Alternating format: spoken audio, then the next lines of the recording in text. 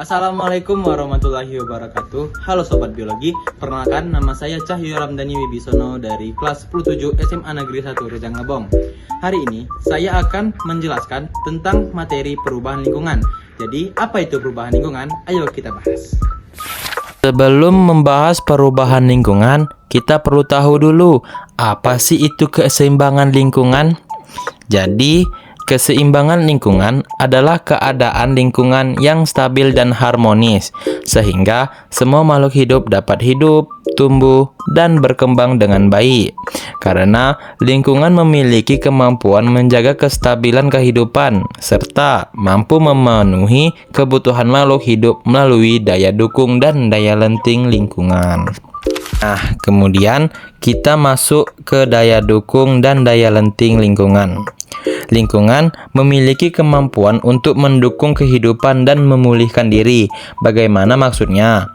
Jadi, daya dukung lingkungan adalah kemampuan lingkungan dalam menyediakan kebutuhan hidup seperti air, udara, makanan, dan tempat tinggal bagi makhluk hidup. Sedangkan daya lenting lingkungan adalah kemampuan lingkungan untuk kembali pulih seperti semula setelah mengalami kerusakan akibat faktor alam maupun aktivitas-aktivitas yang dilakukan oleh manusia. Sekarang kita masuk ke pengertian dan penyebab terjadinya perubahan lingkungan. Perubahan lingkungan adalah berubahnya kondisi lingkungan dari keadaan normal sehingga menyebabkan terganggunya keseimbangan lingkungan yang dapat disebabkan oleh faktor alam seperti banjir, gempa bumi, gunung meletus, dan tanah longsor maupun faktor manusia seperti penebangan hutan liar, pembakaran hutan, dan pembuangan limbah sembarangan. Oke, sekarang kita masuk ke pengertian pencemaran lingkungan. Jadi, salah satu bentuk perubahan lingkungan adalah pencemaran lingkungan. Apa itu pencemaran lingkungan? Pencemaran lingkungan adalah masuknya zat, energi, atau bahan pencemar ke lingkungan dalam jumlah berlebihan sehingga menyebabkan kualitas lingkungan menurun dan membahayakan kesehatan manusia, hewan, tumbuhan, serta makhluk hidup lainnya karena lingkungan tidak mampu menampung polutan yang terus-menerus meningkat. Selanjutnya, kita masuk ke macam-macam polutan.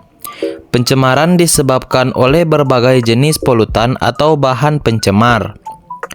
Polutan atau bahan pencemar terdiri dari 3 macam, yaitu polutan fisik seperti plastik, kaleng, dan botol bekas, polutan kimia seperti pestisida, pupuk, dan deterjen, serta polutan biologi seperti bakteri, virus, dan alga yang dapat menyebabkan kerusakan lingkungan dan mengganggu kehidupan di makhluk hidup. Seterusnya, kita masuk ke pencemaran udara dan air. Pencemaran dapat terjadi pada udara dan air yang ada di sekitaran kita. Pencemaran udara terjadi akibat asap kendaraan, asap pabrik, dan asap pembakaran sampah yang menghasilkan zat berbahaya seperti karbon dioksida, karbon monoksida, sulfur dioksida, dan CFC. Sedangkan pencemaran air terjadi akibat limbah rumah tangga, limbah pertanian, dan limbah industri yang menyebabkan air di sekitar kita menjadi kotor, berbau, dan berbahaya bagi kesehatan kita. Berikutnya, kita masuk ke pencemaran tanah dan pencemaran suara. Selain pencemaran udara dan air, ada juga pencemaran tanah dan pencemaran suara. Pencemaran tanah disebabkan oleh sampah plastik, limbah industri, dan penggunaan pestisida berlebihan, sehingga menurunkan kesuburan tanah dan menghambat pertumbuhan tanaman. Sedangkan pencemaran suara terjadi akibat suara bising kendaraan, mesin pabrik, dan speaker dengan volume tinggi yang dapat mengganggu kesehatan dan pendengaran manusia. Oke, setelah pencemaran tadi, sekarang kita masuk ke bioakumulasi dan upaya mengatasi pencemaran. Zat pencemar dapat menumpuk dalam tubuh makhluk hidup, tetapi pencemaran juga bisa dicegah. Bioakumulasi adalah proses penumpukan zat pencemar dalam rantai makanan dari organisme kecil hingga masuk ke tubuh manusia.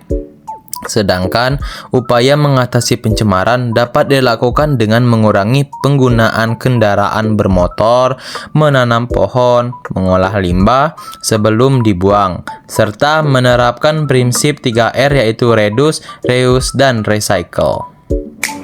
Mungkin itu saja penjelasannya. Sekarang kita masuk ke kesimpulannya. Jadi kesimpulan yang bisa kita ambil dari video tadi, keseimbangan lingkungan harus kita jaga karena perubahan dan pencemaran lingkungan dapat membahayakan makhluk hidup. Oleh karena itu, kita sebagai manusia harus memiliki kesadaran untuk melestarikan lingkungan, menjaga kebersihan, dan mengurangi pencemaran untuk masa depan. Sekian dari saya. Wassalamualaikum warahmatullahi wabarakatuh.